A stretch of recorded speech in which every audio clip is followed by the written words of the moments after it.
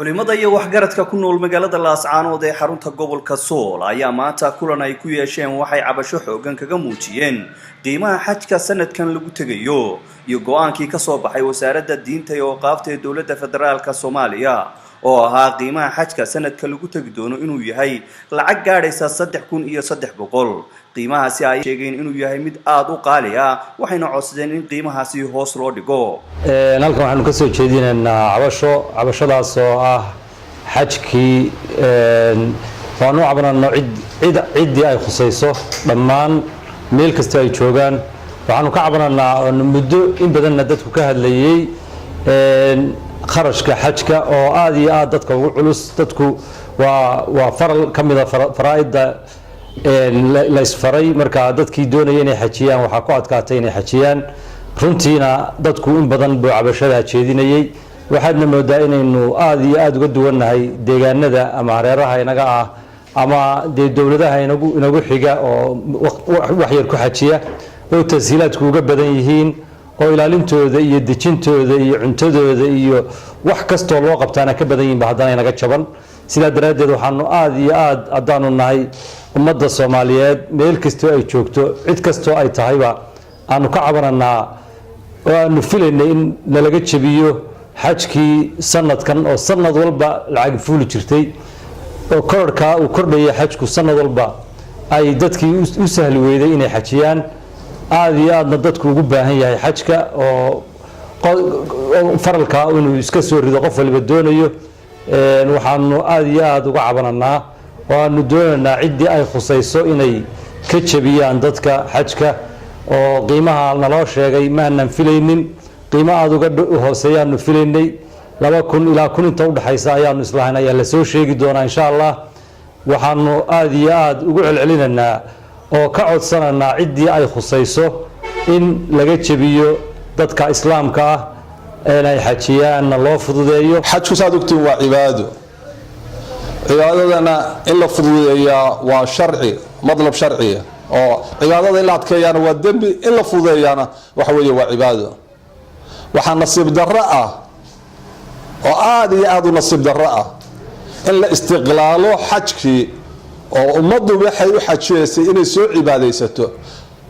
oo haddii ay soo cibaadaysatana cibaadada in loo fududeeyo ahayd in xajkii la qaaliyeeyo oo qiimo aan dadku bixin karin la geeyo si looga faa'iideysto muusimka xajka ah oo dhigmiirato la noqdo waxaa kaloo nasiib darro ah oo taa ka sii daran ciddii la islahayd waxbay ka fushinaysaa ee lagu faraxsanaa ee la islahaa sanadka xajku waa jabaya inay iyagii iclaan la soo istaagto 3300 oo yiraahdo 3300 baanu ka dhignay billaahi calaykum xaajabiseen xajka aajabiseen 3700 baa lagu xajiyay ma 400 baa dadka ka goyseen waxa kale la yaab leh waxa adeeg loo qabanaya dadka waxa la yiri lacagtan waxa ka kooban tahay tigidhada iyo fiisaha iyo guryaha iyo 6 casho ee waxa weeye xajka loo baxayo war intaasi daalana geyn jirtay xajka ilaa 2002 wixii ka horeeyay kaligeed buu ahaa dadka ma istiqlaali jirin si basida loo xajiyi jiray daalo ilma Abu Sita waxay nagu qaadi jireen $925 xajkii 2002 iyo xasuustaa 2003 550 tigidhka ahayd wana sheegi jireen 275 lacagta mudawafka ee basaska iyo mina iyo carafay dadka geeniyay ahaayeen $100 waxay u qaadan jireen excesska inay fiisaha soo saaraan $925 bay ahayd intii waxba kama qaaliyoobin xajku intii buu joogaa sariir baa ku soo koray qol la seexiyo 12 qof iyo 10 qof la seexiyo ma 10 qolkaas 20 ama 10 qof seexato baa waxa la iga qaadayaa ilaa 3300 marka laga jaro 925 waxa soo hadha waa 2375 ma 2375 baa sariirta la iga qaadaya adeeg kale la siin maayo maxaan Djibouti kaga duwanahay maxaan Itoobiya kaga duwanahay maxaan kaga duwanahay dadka xuquuqda leh ee xaramka dushiisa intii la dejiyo cuntada iyo biyaha iyo sharaabka intaba gurigooda lagu siinayo maxaa adeegoo loo fidinaya ilaahay ha laga boqo diyaaradahani waxa weeye dadka dhuuntay hayeen laakiin hadda waxaanu ka niyad jabnay